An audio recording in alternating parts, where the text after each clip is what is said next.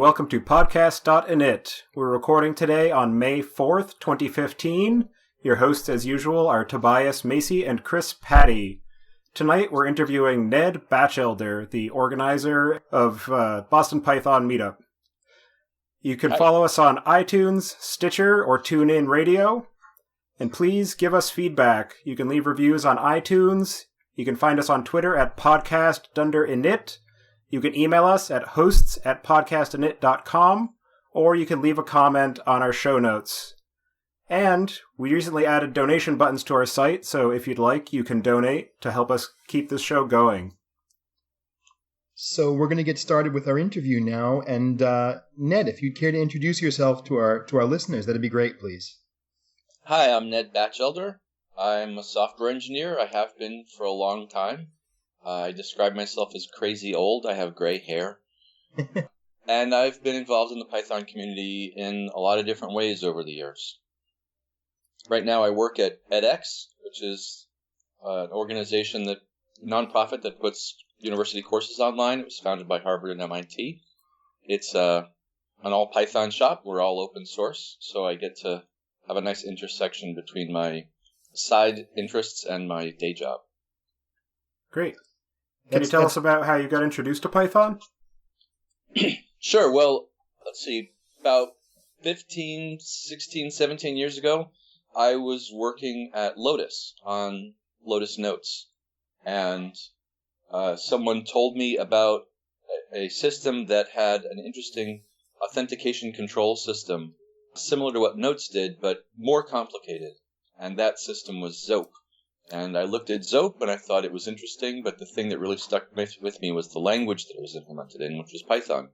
And I'd started using Python then for little side tools and hobby projects, and gradually did more and more work in it until I got a full-time job in Python almost 10 years ago now. And I've been full-time Python ever since. Very cool. How did you get started as the organizer for Boston Python Meetup? Well, so Boston Python has been around for a really long time. Its history is long and varied, and I don't even know the whole history. I first attended Boston Python when it was 6 people sitting around a table at a coffee shop in Back Bay on Newbury Street, if you know Boston geography. And that must have been 10 years or so ago. It grew over time. It started meeting in Cambridge, which is where most of the tech industry is in Boston, even these days. And I was just a regular member. I would attend the meetings, and it was great to see the presentations and meet people and get to know the rest of the community. Eventually, over time, it kind of shifted. At one point, it was called the Cambridge Python Meetup, except it met in Somerville. Then we renamed that group back to the Boston Python Meetup and met in Cambridge. So it's been kind of interesting watching it meander around the Boston geography all these years. As I became more and more involved with it, I saw what I liked and I didn't like about how it was organized, and I thought I could do an okay job doing it. And at one point, the previous organizer stepped down. We were on meetup.com, and they automatically send out an email when an organizer steps down asking if someone wants to step up. And I did, and I've been the main organizer ever since. And that's been about maybe 5 or 6 years. I should know when I took over the organizing, but it's been a while. Great. Well, we're all glad that you did. You've been doing a phenomenal job. Well, thank you. I have to say early on in this interview that I think one of the things that really helped me run Boston Python was the efforts of one of my co-organizers, Jessica McKeller, who unfortunately does not live in Boston at the moment and so can't help right now. But she created a number of structures that we're still using today that have been really great for growing the community and for keeping the community going. Excellent. She said she's going to move back to Boston someday, and I'm eagerly awaiting that. So just out of curiosity, what are some of the structures that you're referring to, if you're willing to tell us? Sure, no problem. So when I took over Boston Python, it was one event a month. And that was a presentation event. So we would find a speaker, and they would stand at the front of the room. and everyone would sit in chairs facing the front and would listen to the speaker. And of course there was, chatting beforehand and schmoozing afterwards and maybe some beers, but fundamentally the event was a presentation, like you might find at a conference. When Jessica joined the group, it was actually Jessica and Ashish Leroya who joined the group together. They approached me and said, what we'd like to do is we'd like to do a weekend workshop to teach beginning learners Python. And at the time it seemed to me like kind of an outrageous idea, outrageous in the sense that it would take a lot to organize and it would take a lot to run. And they seemed like two young people that had kind of a cool idea, but they'd probably run out of steam. At the time, of course, I didn't know Ashish Leroya or Jessica McKeller, and they are two young people who don't ever run out of steam, and they made that workshop happen. So that became the Boston Python workshop for women and their friends, which was specifically designed to increase the number of women who were using Python and who knew Python. And that was a hugely popular workshop, and it ran, I think we eventually ran 10 of them. And I shouldn't say we, because I personally didn't have much to do with them. It was really all Jessica. But as a group, we ran maybe 10 of them, at least 8 of them. And those workshops did a really good job growing the population of the group for two reasons. One, there were a lot of people who generally just wanted to take that workshop. But two, it was such an unusual event to be running, and to be running it so many times, that the publicity from those events just attracted people to the group. An interesting thing about people coming into the group for those workshops is one of the things I was skeptical about when they wanted to run those workshops is that I told them, well, we don't have many women in the group, right? That's the whole point. The group at the time was something like 1% female. So how are you going to get women to come to the workshop? How would you find those women? How would you publicize the event and get women to attend? Well, it turns out that if you send an email to all of the men in your mostly male group, those men have significant others, they have coworkers, they have mothers, they have daughters. Like most of those men, there's someone adjacent to them who would be really interested in that workshop. And so that really helped spread the word, even without us having to do much explicit marketing or publicity outside of our normal circles. So those workshops brought a lot of people into the group. We haven't run those workshops since Jessica left, and it really was a testament to her energy and to the amount of effort it takes to run a workshop like that. But one of the things she put in place when she ran the workshop is she knew that once the students were done with a day and a half of learning over a weekend, they would need a next step. And what she created for their next step was what we now call our project nights. So now Boston Python consists of 2 regular events there, and we tend to hold one of each month. So we have 2 events a month, a presentation night and a project night. And a project night is even less structured than it sounds. So there is no project set up for people to work on. A project night is simply you get a bunch of round tables and you invite a lot of people and they clump together at the tables based on their interests, and you get that room reserved for about 3 hours, and people do whatever they're going to do. So you get people hacking together, you get people teaching each other, you get people just chatting, whatever it is that people want to do in a room full of other Python-minded people is what happens. And specifically for the beginning learners who came out of the workshop, we labeled at least 2 of the tables as beginning learners. And we staffed those tables with people who were interested in helping beginning learners. And so that was the next step from the workshop. And that project night has been a really great way for Boston Python to continue to thrive for a couple of reasons. One, it's really easy to run because I don't have to find a speaker.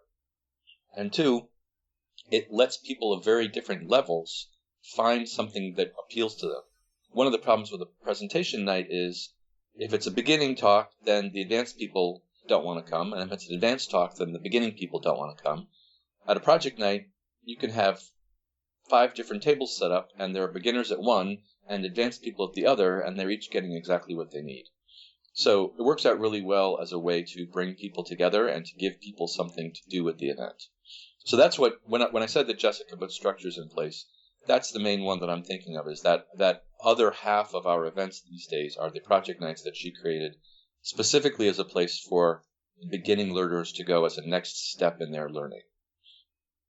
That's very cool, and I definitely think that there's a lot of hard wrought experience has shown a lot of different people that putting beginners and more advanced practitioners in the same room and kind of like saying, okay, you're all in the same pool, you're all working towards the same goal, it benefits everyone. I think that the more advanced people, whether they end up realizing it or not, learn by teaching other people, and the beginners learn obviously by virtue of being taught, but everybody ends up benefiting. I think that's great. I'm glad to hear that that's been such a motive force in helping to keep Boston Python going. Yeah, and it's really true that one of the things I think is really interesting about the dynamic of the project night is that a lot of people come to the project night with an idea of what it's going to be like for them, and then they have a completely different kind of night that they also have valued. So people will show up with their laptop, and they'll sit down next to someone, and they've got a project they're going to work on, but they spend the whole evening just talking. Or someone comes in because they want to learn something themselves, but instead they sit at the beginner's table and they spend the night teaching. And that to me is really interesting to see, that people can have their horizons broadened. That might be too grandiose a term, but people can experience the community in different ways than they thought they really wanted to, and find different aspects valuable at the end of the night, and really enjoy what they've done. A lot of people come to project night thinking about projects, but end up talking, and if you had said, why don't you come and just chat with people for 3 hours, they never would have shown up. But once they've spent the evening talking to people and deepening those connections, they've really enjoyed it. Yeah, speaking as somebody who's attended the project nights a number of times, every night I go there and think, I'm going to end up working on this project or other, and I never do. Mm-hmm. Instead, right. I just end up meeting somebody, or maybe helping somebody else with a problem, or just playing with some cool toy that somebody happened to bring to the meetup. Right. Yeah, and I never work on a project at project night because I'm kind of the host and I'm milling around talking to everyone.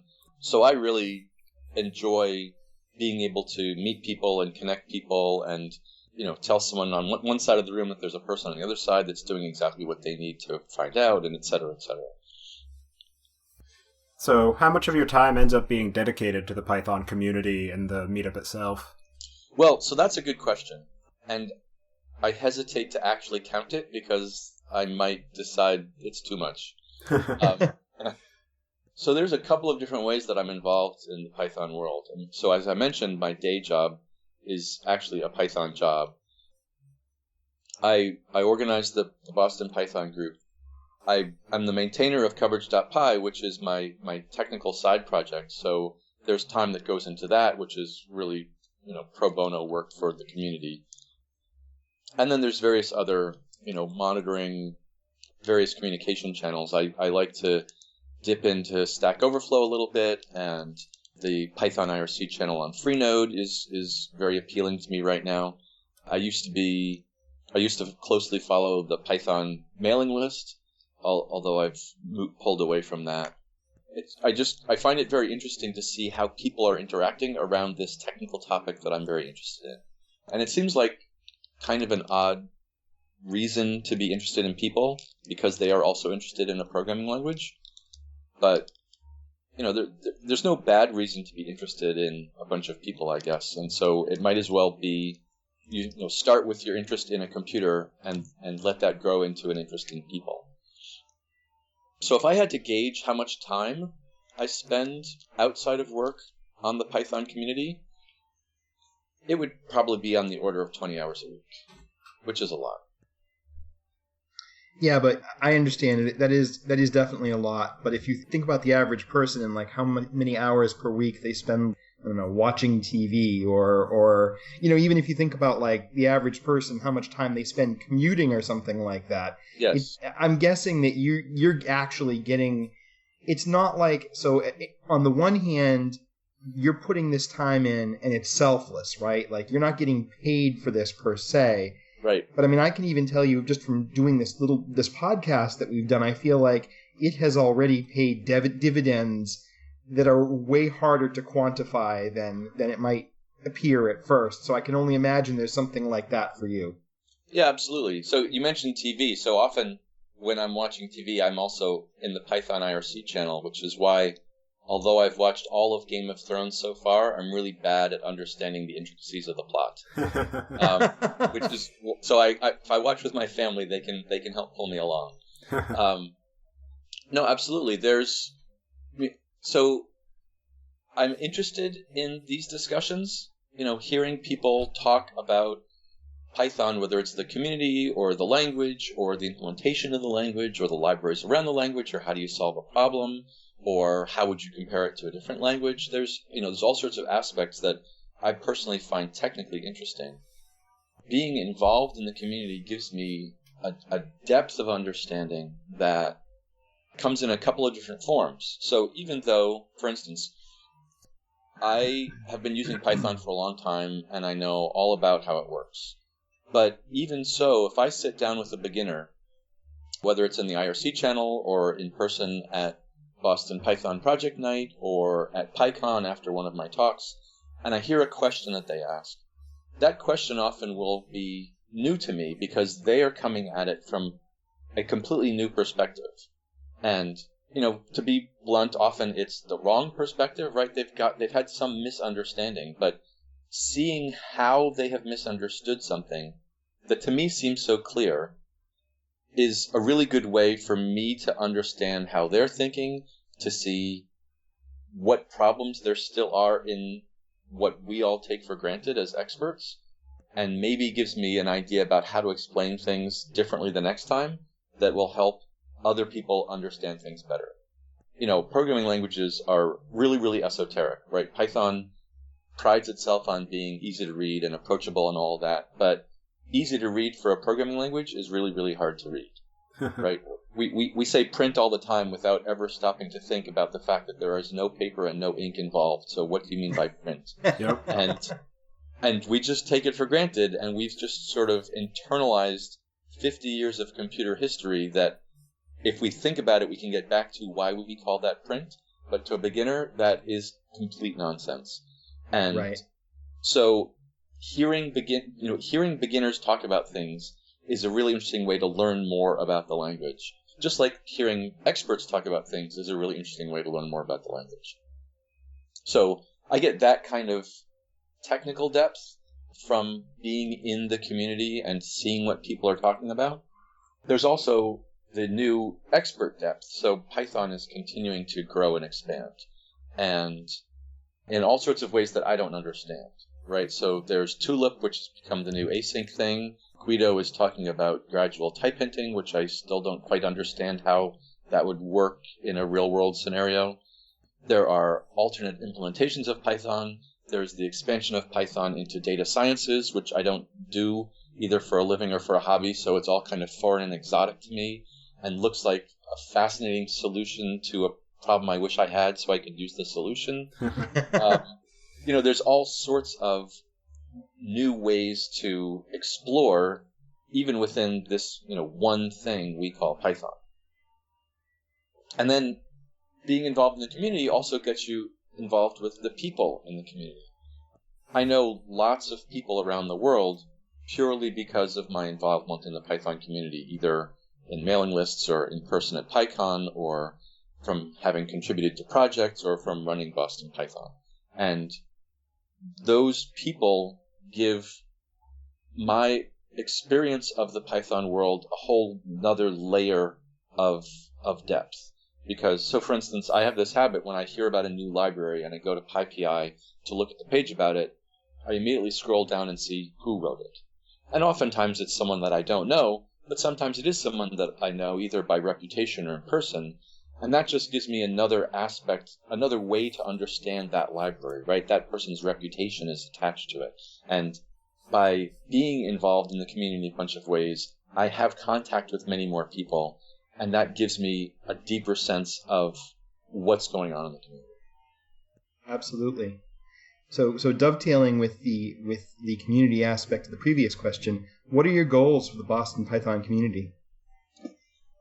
My goals? Well, I would like it to continue to grow, both in the number of members that show up at events and also in the kinds of events. So, I'm really glad that we are running the presentation nights and the project nights that we are. But to be frank, we've been doing that 2-event structure for a while now, and maybe there's better things we could be doing, other things we could be doing.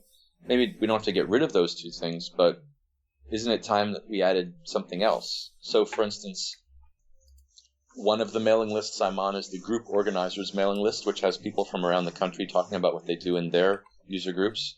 Chicago is very active right now, and they have a very interesting one-on-one mentoring program.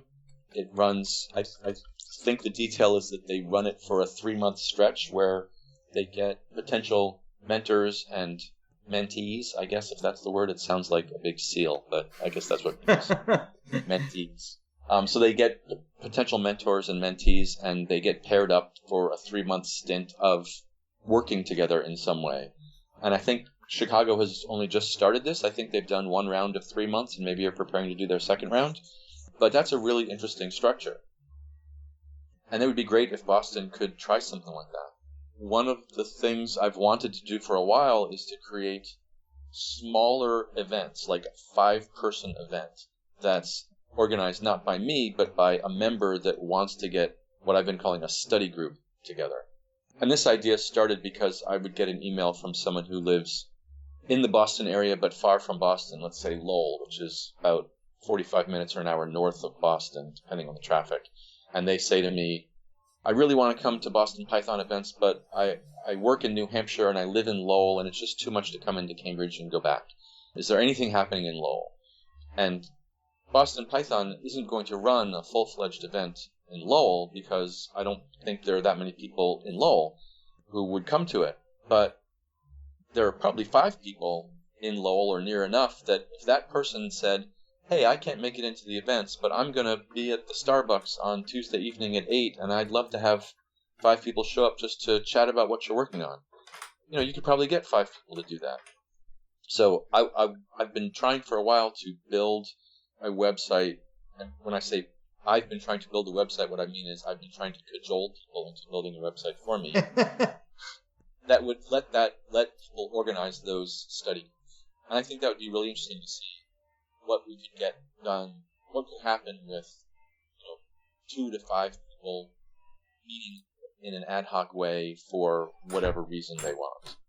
Actually, Ned, I feel like I should chime in here because I don't know if you follow Saron Barak.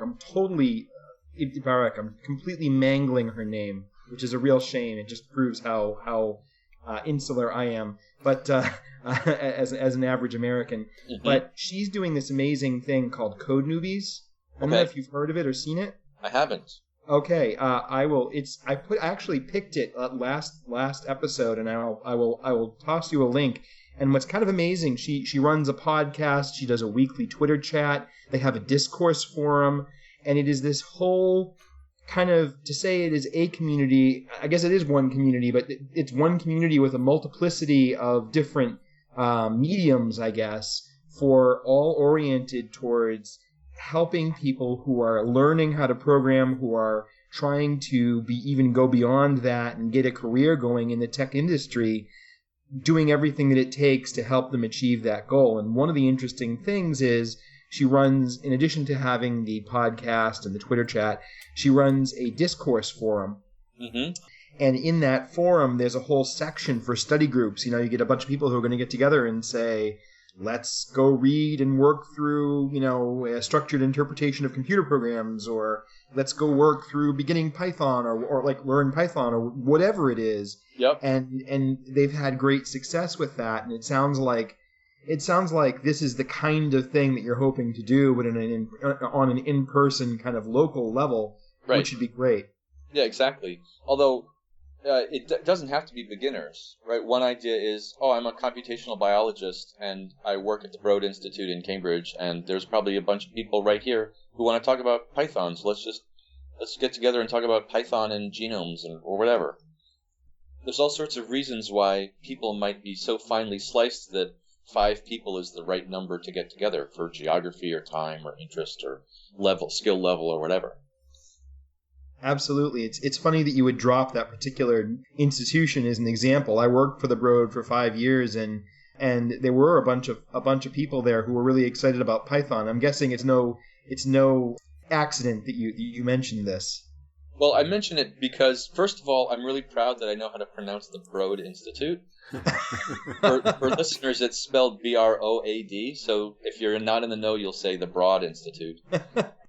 But also because that's a really specialized domain, and I know that when we do have a presentation night about science, we get a completely different slice of the group that shows up for that, and they're really into it.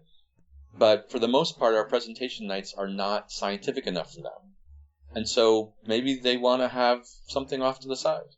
You know, one of the things about the Python community in Boston is that not only do we have Boston Python as a user group, which is really large, over 5,000 members, but we also have Django Boston, which is a separate group on Meetup, and PyLadies Boston, which is a third group on Meetup. And so we've got 3 user groups that are running all about Python topics in Boston. So it's a really vibrant community. That's awesome. I mean, I also think that speaks to the fact that we were just talking about this last episode. I feel like Python has really sort of, I mean, as you say, it's very old. It's been around forever, but I feel like recently it's experienced this kind of blossoming in terms of it's expanded into so many other different kinds of communities, you know, where it always had a foothold, but I feel like in such a big way that kind of it never had before. And it sounds like this is just an example of that. Yeah, and the data sciences is really the latest blossoming for Python, right? So Python sort of started in science, and then the web came along, and it became big in the web. But now with data science and IPython notebooks and Pandas and Anaconda and the other scientific distributions, it's really catching on among data scientists as a more disciplined programming language than R for doing the kind of work that they want to do. So something that's a little more capable in a broad sense, and they find Python, and they seem to gravitate towards that. So speaking of keeping things healthy, what do you find to be the most important things for building and maintaining a healthy community? Well, so it's interesting because it varies depending on which aspect of community you're talking about. For something like a user group, I think the key to a success for a user group, and this sounds really, really simple, is to be predictable. If you can pick a schedule of events and pretty much stick to it so that people know what to expect, then people will start coming regularly, and they will be able to explain to their friends that they can come here and find things. Like I said, we're on a 2-event-a-month schedule. If an organizer in another location doesn't feel like they can maintain that schedule, either because they can't find the space, or they can't find the sponsors for the pizza, or they don't have enough speakers, just say you're going to do 1 event every 2 months, or 1 event even every 3 months, which is a long time between events, but I think it's better than saying I'm going to do an event every month, and after 3 months it kind of peters out because you ran out of the money or the space or the speakers or whatever. It's better to pick a cadence that is going to work and work with that cadence, and then once you've grown enough that you can increase that cadence, you can increase it. I really found that having that kind of predictability leaves people attend. And like I said with the project nights, it doesn't have to be an ordeal to find a speaker. You can run an event without a speaker and just have people work together. It might be a little bit difficult when you've only got 5 people, until you've gotten 50 people. But those 5 people are interested enough to come out together. They will probably find something to talk about and be glad for that 6th person to show up the next time, and you will grow from there.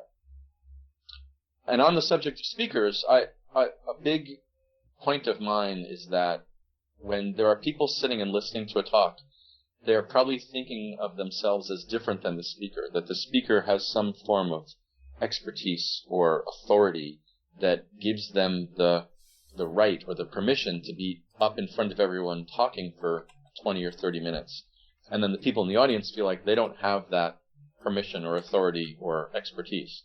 And I'm a huge believer in the idea that everyone has at least one talk in them. And it may not be the kind of talk you're expecting. Some people will say to me, I want to talk about this library, but I didn't write the library. Is it okay if I talk about it? And the answer is, of course. If you've got something to say, if you want to show something to someone, you can stand up and talk about that, even if it's for 10 minutes. So finding speakers can sometimes seem daunting, but if you're coming at it looking at PyCon and looking at the speakers that are there and thinking that you have to somehow get a speaker like that for your user group, it's going to be very difficult. Instead, what you want to do is you want to reach out to the people who are already members of your group and find out what is it that they want to say. And it might be something very simple. What was that bug that you fixed at work the other day? Or, you know how at work you're the person that everyone comes to for blank? Well, whatever blank is, you can talk about blank. And people will listen to you, and they would be glad for you to have told them what you know. So I call it my parlor trick, that anyone who thinks they don't have a talk in them, come and talk to me, and I will figure out what your talk is about, because it'll only take about 5 minutes of chatting with you to figure out what you can explain. I had one woman once tell me that she had nothing to talk about because she was just beginning to learn Python. And I said, you can talk about what it's like to learn Python, right? How did you make that leap from print hello world to for I in range of 10 print hello world? There's a leap there, and you made it, and other people will be interested to hear it. And you can do a talk about that. So that's healthy user groups. Other kinds of communities, online communities, are more difficult because online communities don't involve face-to-face communication, and therefore it's much easier to get into bad behavior. I think I can think of one instance in a face-to-face user group event at Boston Python where someone did something that seemed like a code of conduct violation. And I hope that that's true, and it's not just me being oblivious to something bad that's happened at Boston Python, although that's, of course, entirely possible. But once you get into IRC channels and mailing lists, things run off the rails really, really easily. And there you have to be much more willing to tell people off and enforce the rules, and the rules will also, if you have the tool available to you, the rules will involve banning people, because allowing one bad apple into the barrel is much worse than excluding a bad apple so that the rest of the community can be healthy. So that's the two sides of community, keeping a healthy community. I've personally found face-to-face communities, especially local communities, work pretty well without a heavy hand. The online communities, you have to be willing to be the bad guy and kick people out in order for them to stay healthy. Right.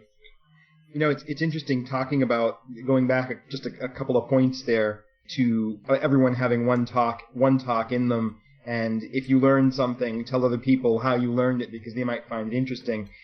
I was just thinking, one of the things that I listened to, another podcast from the ThoughtBot folks on the Ruby side, and one of the things that Ben, I can't think of his last name now, but in any case, the podcast host, or one of the hosts, has said repeatedly is blog what you learn to new people coming into the field, and that strikes me to be very similar, right? Like if you giving a talk or writing a blog post, it's kind of the same sort of thing in the sense that by explaining to people what you learned and how you learned it, you've solidified the knowledge for yourself, and it's also a way to show, prospective employers what you know, that you can actually walk the walk and not just talk the talk. And I think all of that kind of sums up to the same sort of thing and has a great deal of value.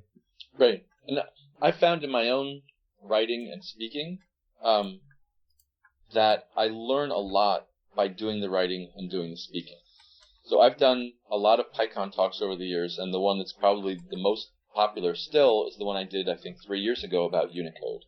And the things I said in that talk, half of them I didn't know until after I decided I was going to do a talk about Unicode. So once you commit to an idea that you're going to explain something to someone, that really means that you're going to have to know it well, right? You're going to have to explore all of your knowledge about that topic, and you're going to find parts where your knowledge falls short, and you're going to extend that knowledge so that you can give it to someone else. When I write a blog post, often I only half know what I'm talking about, and one of the things I really look forward to is people putting comments on my blog or replying to my tweets saying, actually, if you'd done it like this, it would have been better. And that's how I can learn, right? Someone once said the best way to get information off of the internet is not to ask a question, but to state the wrong thing. Because lots of people won't answer your question, but everyone will correct you if you're wrong. So my blog posts often are me sort of getting halfway to a solution, and then everyone chiming in and helping me figure out what the full solution would have been. And that's one of the great things about writing a blog or having a Twitter stream, which is that people will talk back to you, and you'll have a conversation, and you will learn things.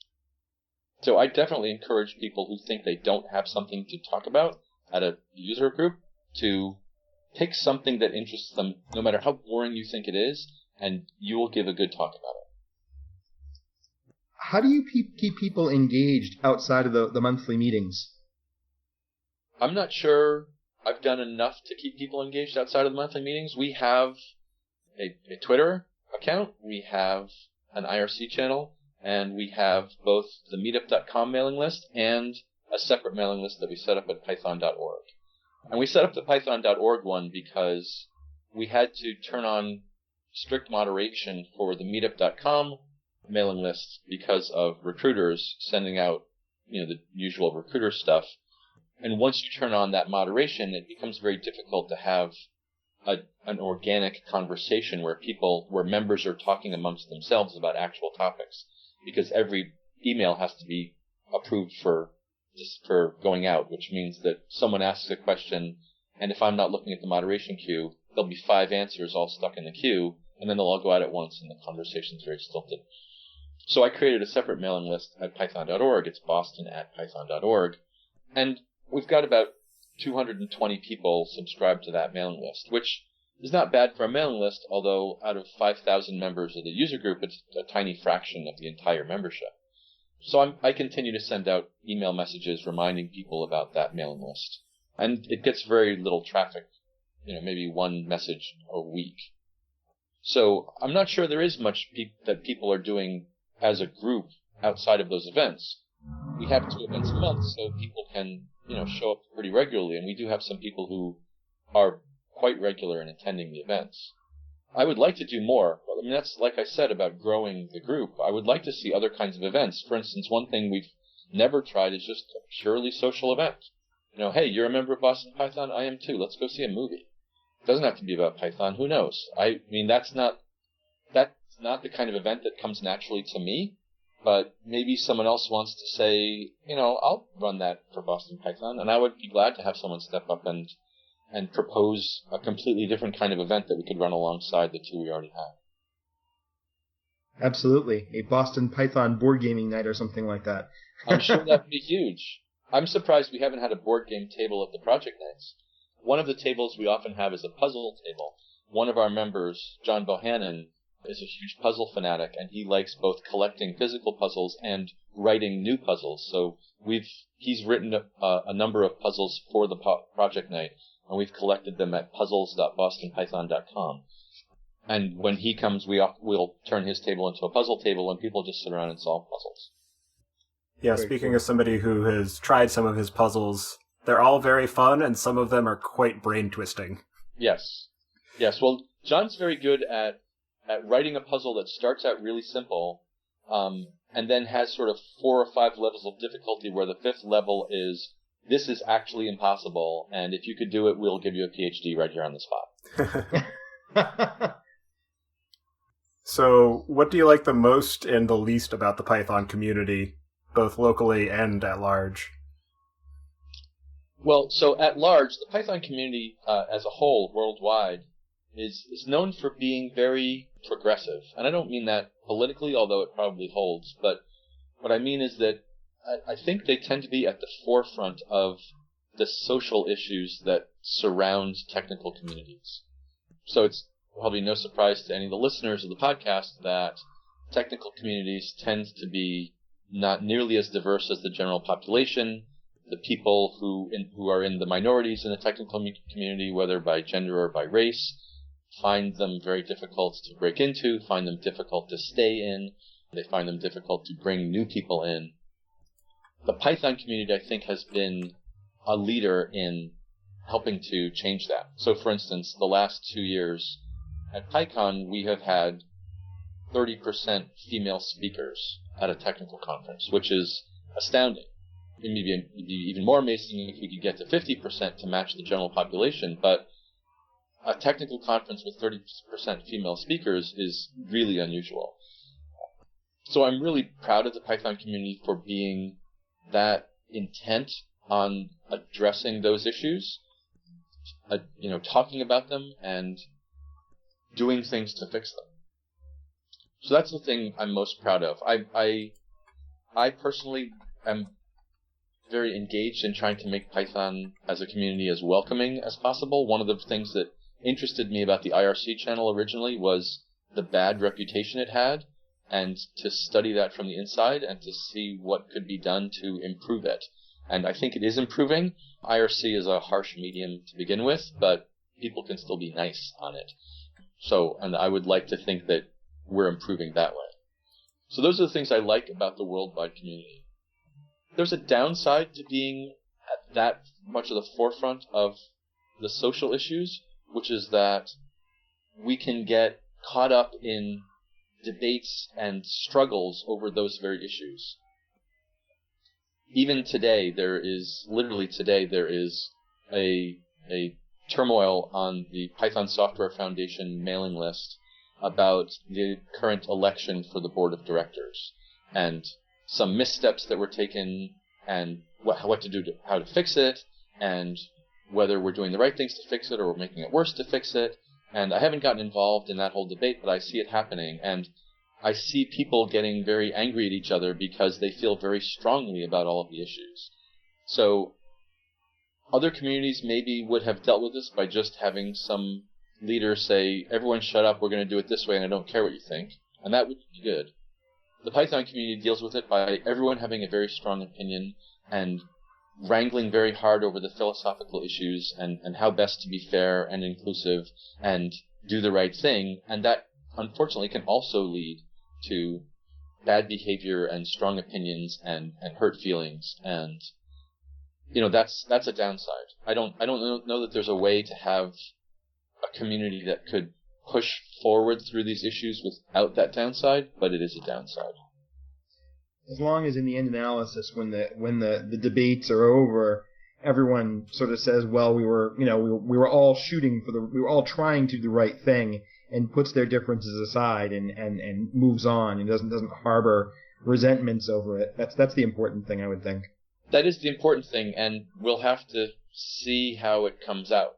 There are some pretty hurt feelings right now, and from the past, I can tell you it does not always work out that everyone comes back into the community having felt like, well, at least we were all trying to do the right thing. Sometimes people leave, and that might happen this time.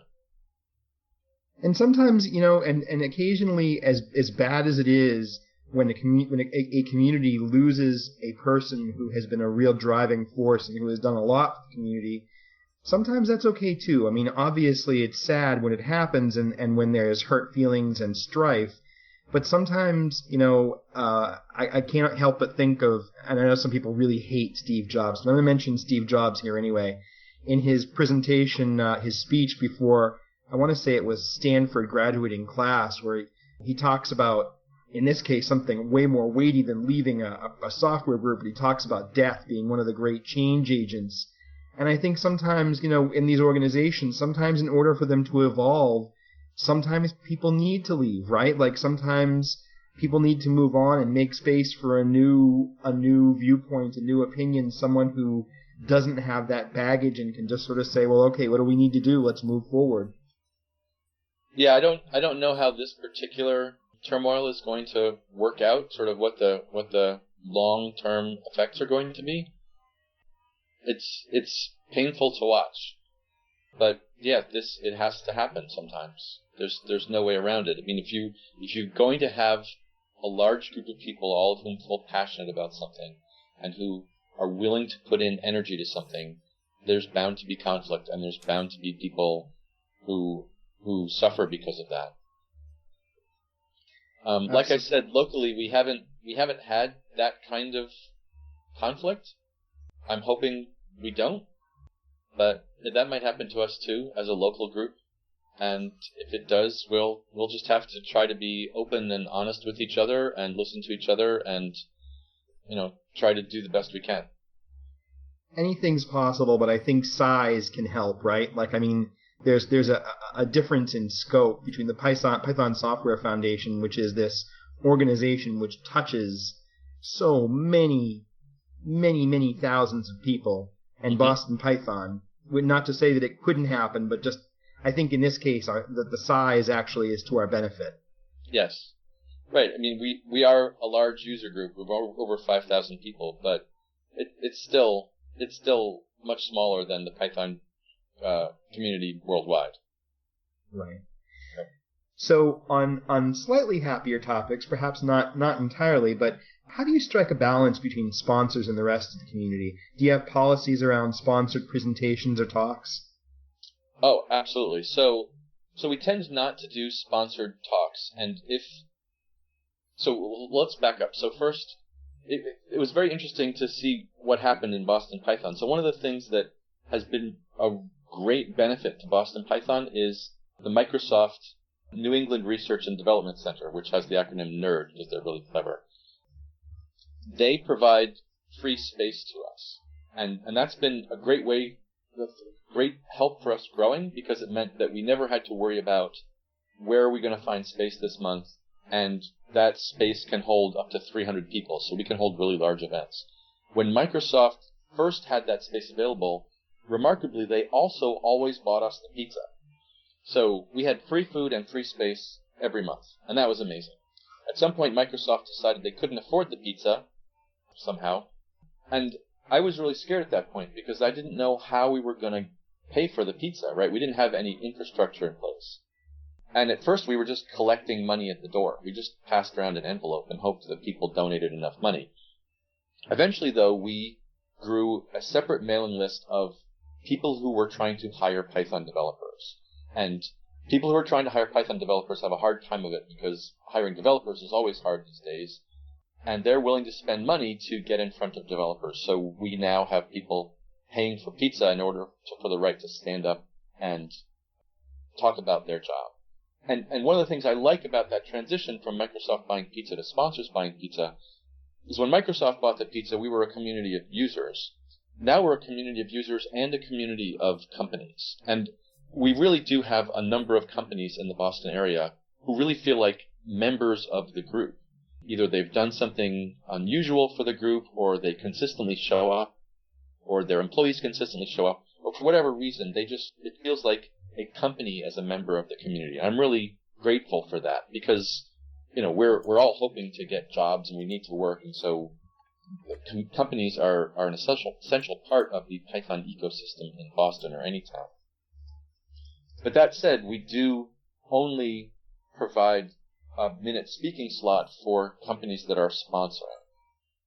If someone comes to us and says, I would really like to do a talk, I look very carefully at what the talk is. And it's really easy for a company to say, I want to do a talk about what we've built, and for it to be not, here's how we built a thing, but here's the thing we built. And if they want to talk about here's the thing we built, then that sounds like a sales pitch. And I don't want sales pitches for talks, right? The members don't want to feel like they're being sold to. I want the talks to be peer-to-peer. So I want an engineer at the front of the room talking about the challenges they faced while building a product. That's fine. But if a non-engineer gets up at the front of the room and starts explaining all the features of the product, that's right out. And I try to weed those out ahead of time. And I've only had one lightning talk, a 5 or 10 minute talk, where I said to the person up front, it's got to be a technical talk, and the person got up to do their talk, and the technical part was the bullet where they said we used a lot of Python libraries, and all the rest of it was, it wasn't great, but at least it was only a lightning talk. Right. So one slipped by me, but we definitely we try to keep a very strict line between sponsors who have things to sell us, which is fine. If someone wants to say, hey, I will sponsor the pizza for a night because I want to stand up and say, hey, everyone, buy my product, that's fine. That hardly ever happens. If it does, it tends to be a developer product anyway. Use our API to build something cool. hey, they paid the money. They can say whatever they want for that minute or two. But no, you're not going to get a 20-minute chance to pitch to members. I don't care how much money you've spent. That's not what the group is for. All right, I think that's fantastic, and that's really important. There was a meetup that both Tobias and I went to recently, and I love the meetup. I plan to continue going no matter what, but they had a couple of talks in there that really boiled down to sales pitches, and I can only say that when companies come to technical meetups and give what amounts to really a sales pitch with very little technical content, I think they're unselling units, if you know what I mean. Like I know in my case, I say to myself, I really doubt that I would buy this thing because I just walk away with a very negative impression of that vendor. And I think that's great that you have that policy. I think that's really smart. Thank you. Yeah, they've got kind of a tin ear if they're coming there and pitching like that. You're exactly right. The main message they're going to give to those people in that audience is, "Hi, I don't know what I'm doing." Yep, and I don't care about my audience. And I don't care about you. Right, exactly. Great.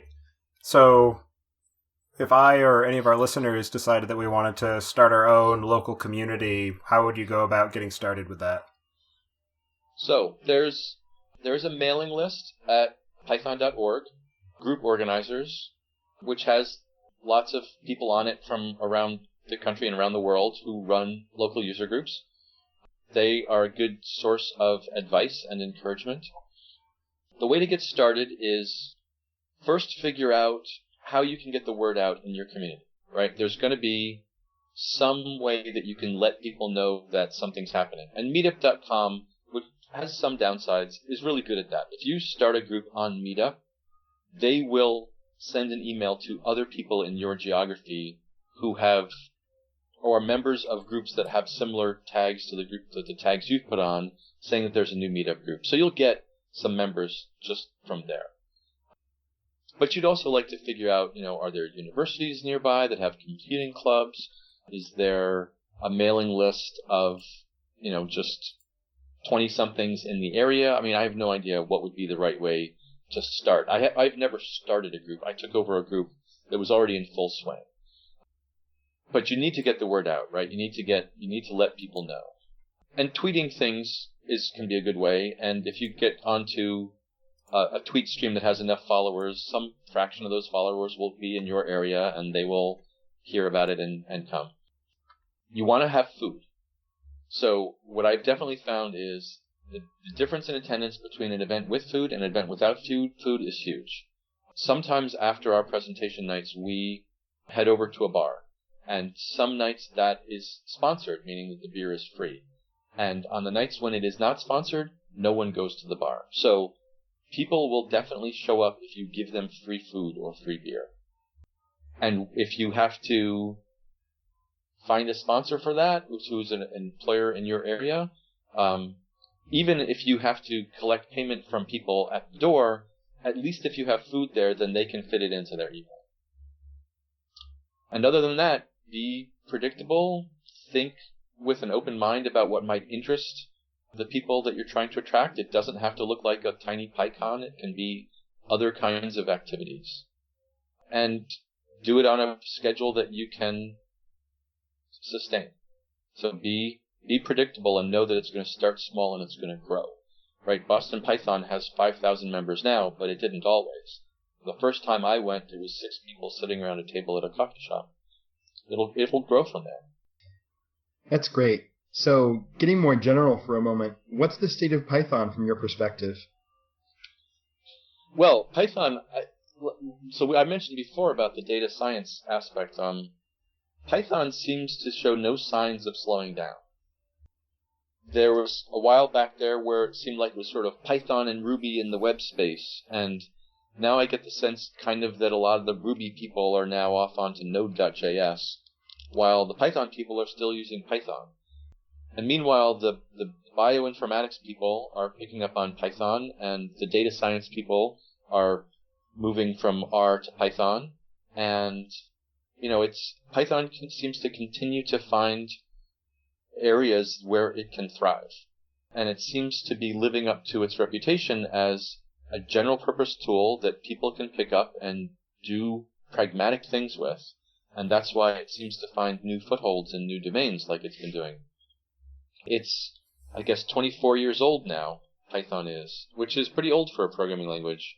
And there are plenty of programming languages that are younger than that have peaked, and Python doesn't seem to be doing that. The whole Python 2 versus Python 3 conflict was kind of unfortunate. It would have been good to somehow manage that transition better. I'm not going to predict when tipping point is for Python 3. I know that it's a very usable ecosystem now. The language, Python 3 as a language, had always been fine. The problem was the library support, and that seems to be not an issue anymore unless you're still using Twisted or one of the few large libraries that hasn't been ported yet. But these days, if you're starting a new project, there doesn't seem to be a reason not to use Python 3. There are good options for whatever you might need there. The next big drama for the language, I guess, is going to be this type hinting proposal, which has people on both sides of it. Some days I think that Guido started the type hinting controversy so that people would stop talking about the Python 2 versus Python 3 controversy. But so the type hinting thing, it'll be interesting to see how it turns out. It's kind of completely contrary to one of the central tenets of the language, or at least it appears to be at first blush. And so that's sort of line both sides of the debate. Great. Yeah. So the community seems great and growing not only in size but in complexity and richness, which I think is a really great sign.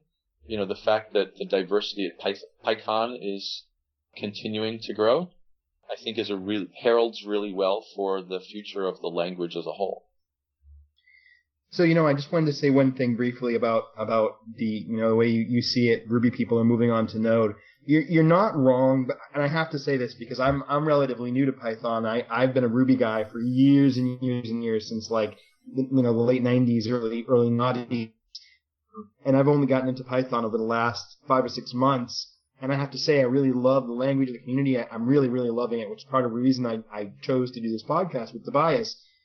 But I think, and I totally agree with you in a larger sense, and I definitely think that Ruby has found its niche. For Ruby, there's Rails, and there's infrastructure as code, tools like Chef, and the HashiCorp tools like Vagrant and the like.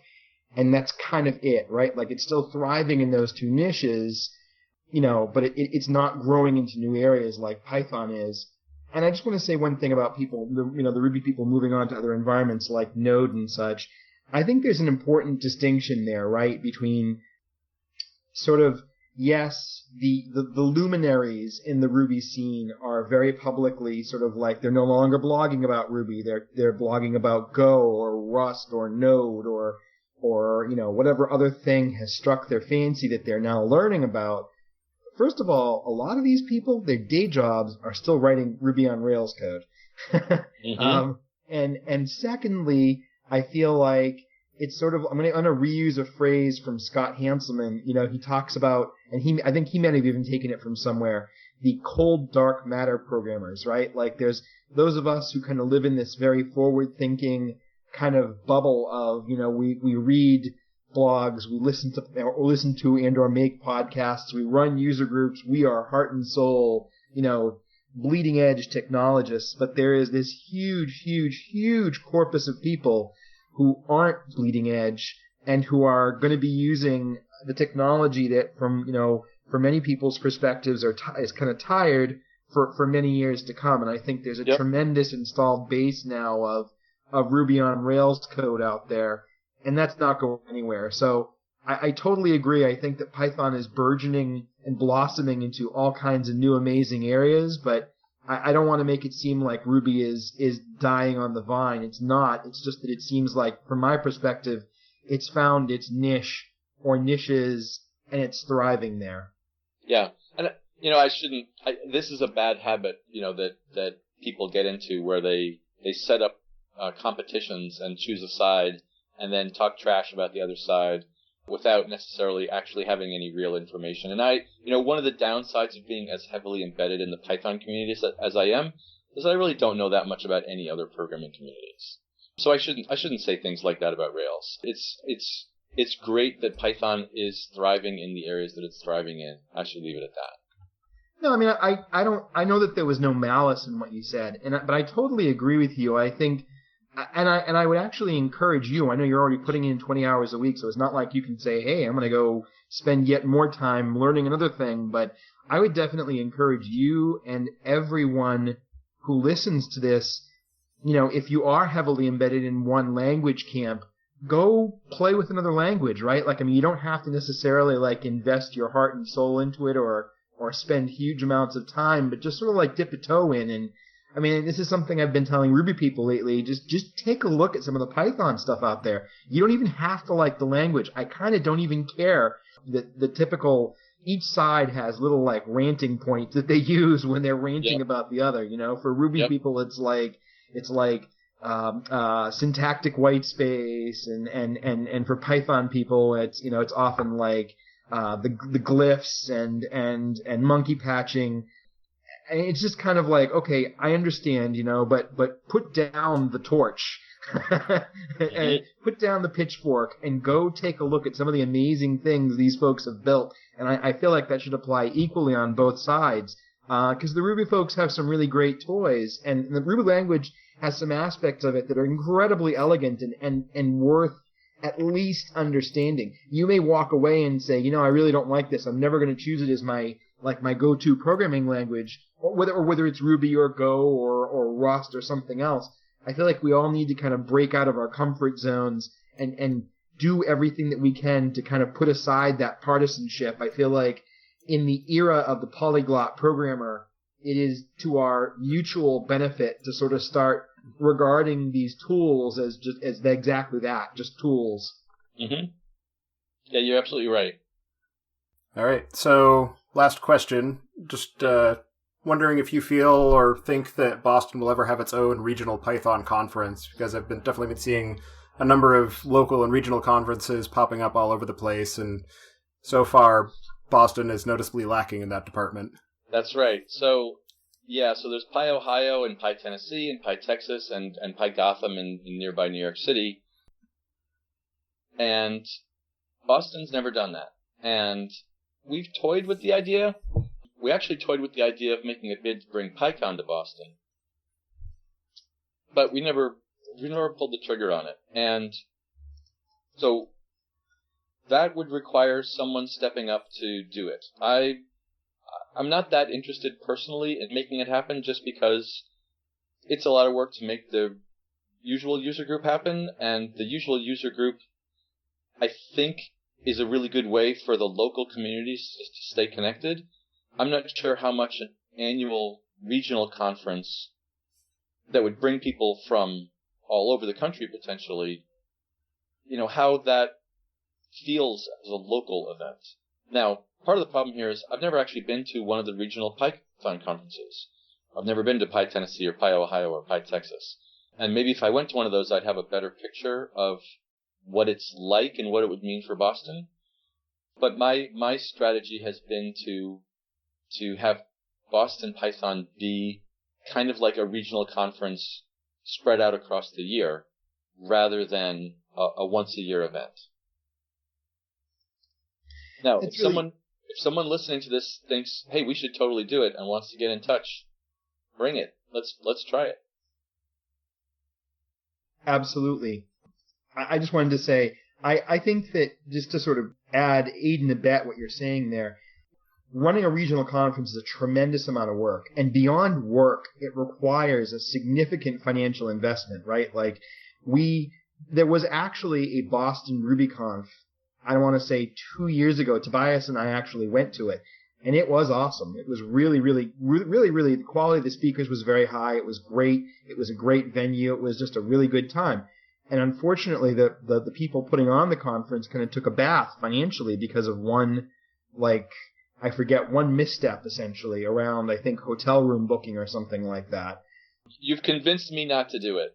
That was not my goal, but I mean, my point is that it's a significant venture, even beyond a tremendous amount of work, right? There's a financial aspect, and there's a lot more to it than meets the eye. So I think whoever wants to take it on has to either have those kind of deep pockets or have a solution to those problems at hand and be very realistic about it, because that same RubyCon conference this last year didn't come off because of problems with finding a venue, and there was another conference, Happiness Conf, but that they were trying to put on here in Somerville, actually, where I live, that didn't get off the ground as well. So I feel like the difficulties are tremendous, and the potential for real serious harm to be done to the people who might try to pull this off is significant. So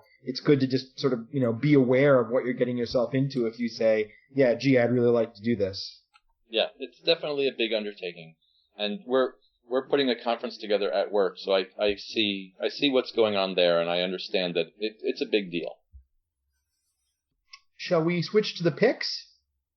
I'm not sure what a pick is. Okay, well then let us assist you in that regard. So a pick is basically anything that you like, I should say like is not even a strong enough word, right? Like there's some new piece of technology that you found. It doesn't even have to be technology, like it could be a restaurant you really like, or a beer that you love that you want to recommend, or a board game that you played that you really, really like. Anything that you think is really cool that you think the listeners would find interesting that you want to recommend to people, or maybe something that you know of or want to help promote, right? Somebody who's doing great work in the community, or even some other community that you want to give a shout out to sort of point people in their direction. Interesting. I should have thought about this ahead of time. So Okay. I'll start us off. This time around, my first pick is going to be Scribed. It is a monthly subscription service for ebooks and audiobooks that lets you read and listen to as many books as you like. It has Android and iOS apps, so you can download the books to your device of choice and listen to it while you're on the go. And I've actually recently been using it to read a number of Terry Pratchett's Discworld books, and it has been good fun. My next pick is going to be Konch, Konch. It is a Python library that lets you write a little RC file that you put in your virtual env or Python environment of choice, and it will set up your REPL for you, so you can use it to import various libraries ahead of time. You can have it do some setup. So if you have an application that requires a number of steps to get to a point where your REPL is usable to interact with your application, you can put that in your conch RC file, and then you just start it up by typing conch at your command line, and you're good to go. And my third pick is going to be Dupe Guru, which is a deduplication application. So if your hard drive is getting filled with lots and lots of copies of things and you're not quite sure where they all are and you just want to point something at the right direction and let it go, Dupe Guru is great for that. They actually also have specific builds for music and pictures. So it has slightly different algorithms for figuring out whether various things are a duplicate depending on if it's a picture or music application. And I've used it to clean up my network drive, and it has been quite fun and useful to use. So Chris, why don't you go ahead? Very cool. So my first pick is a restaurant. Now I realize picking a restaurant is kind of iffy because we have listeners, thank you, from all over the world. But a lot of people end up making their way to New York City. I was in New York City this last weekend. My wife and I were visiting some family, and the relative that we were staying with, who's this awesome lady, took us to the River Cafe in Brooklyn.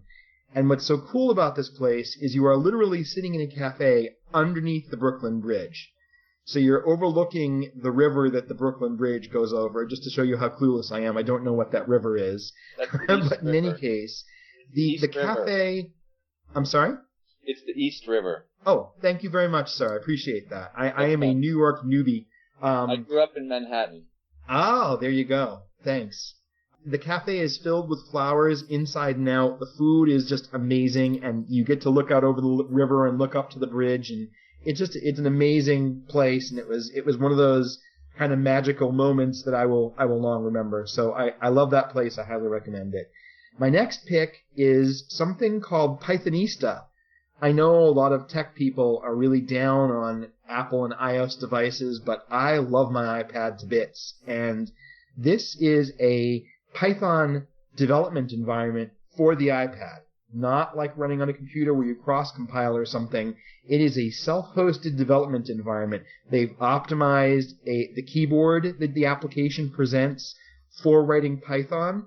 And moreover, it's not just a Python like, CLI that lets you print text. It is a full GUI environment, so you can actually write honest-to-God, touch-based iOS applications and even submit them to the App Store. It is super cool, and the guy who wrote it is just totally impresses me. It's a beautiful, pleasant to use, and I've actually been working through the first chapter of Reuven Lerner's Python Makes Practice Makes Python book that was mentioned in the last episode with it. My next pick is a game, also for iOS. I'm revealing my Apple fanboy status here. It's called Rototo, and it's by the folks from Thoughtbot, a Ruby on Rails, or now these days I can't even say that, but they started out as a Ruby on Rails consultancy shop here in Boston. And it's really neat, and the idea basically is you are in a ship and you don't have any offensive capabilities whatsoever, but you end up destroying your enemies by using your shields and having their shots bounce back and hit them. It's a really clever, really hard, and a great deal of fun. My last pick is a beer, because I like to pick beers. I don't think I picked one last month. This is one of my favorite beers of all time. It's like one of those fallbacks that, like, when someplace has it on tap, I'm really excited. It's Stone Brewing's Arrogant Bastard. It's just a really, really good ale. It's got a tremendous amount of depth. It's on the malty side, and I tend to prefer that. I'm not a huge hops person. It's a great, great ale that I highly recommend if anybody has the opportunity to try it, especially on tap, but it even stands up pretty well in a bottle. And that's it for me for picks. Ned, take it away, please. Okay, I will start with a Python library that Python tool that people maybe already use, but I just can't recommend it highly enough, and that is Tox, T-O-X, which can automate the creation of virtual ends with different versions of Python, and then running your tests under those different versions. If you need a way to install multiple versions of Pythons, I recommend a tool called Pythons with a Z, which is very good at installing whatever version of Python you want. Do you want to have both 2.7.7 and 2.7.9? You just ask Pythons to install them and it will. For non-Python stuff, for my mobile game, I like Spell Tower, which is sort of a combination of Boggle and Tetris. It isn't going to hurt your fingers from having to click too fast. It's not a twitchy game. It's a thinking game. And lastly, I recommend Richard Feynman's Cornell Lectures, which you can find on YouTube, and I actually wrote a blog post about it a couple of months back when I was listening to them. It's 7-hour-long videos of him lecturing at Cornell University in the early 60s. And if you've never listened to Richard Feynman speak, you should do it. He's talking about the fundamentals of physics, but he does it with a thick Bronx accent and the humor to go with it. Yeah, I definitely want to second the Feynman lectures. When they appeared on YouTube, I was so excited because I am not, how should I say this? I am a physics wannabe. I find it really fascinating, but I'm not very good at math, so I end up doing a lot of reading where I kind of comprehend some of it and kind of don't. But even so, watching the lectures was a real treat, just because, you know, I've read a lot about him. I've read his books, The Pleasure of Finding Things Out, and so yeah, surely you're joking, and it was just so neat to actually see the man and to get a sense for his personality. It really showed through, and you really can get a sense of why he was, you know, is considered one of the most charismatic men in science. Very cool stuff. Yep, I totally agree. All right. Well, we want to thank you very much for joining us tonight, Ned. And for anybody who wants to follow you and what you're up to, what would be the best way to do that? So I'm on Twitter as Ned Bat, N-E-D-B-A-T. It's also my IRC nick. And my website is nedbatchelder.com, which NEDBATCHELDER.com. And Boston Python is at bostonpython.com.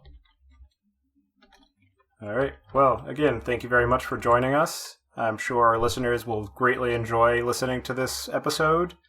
And maybe we'll bring you on again in the future to talk about something else. Okay, anytime.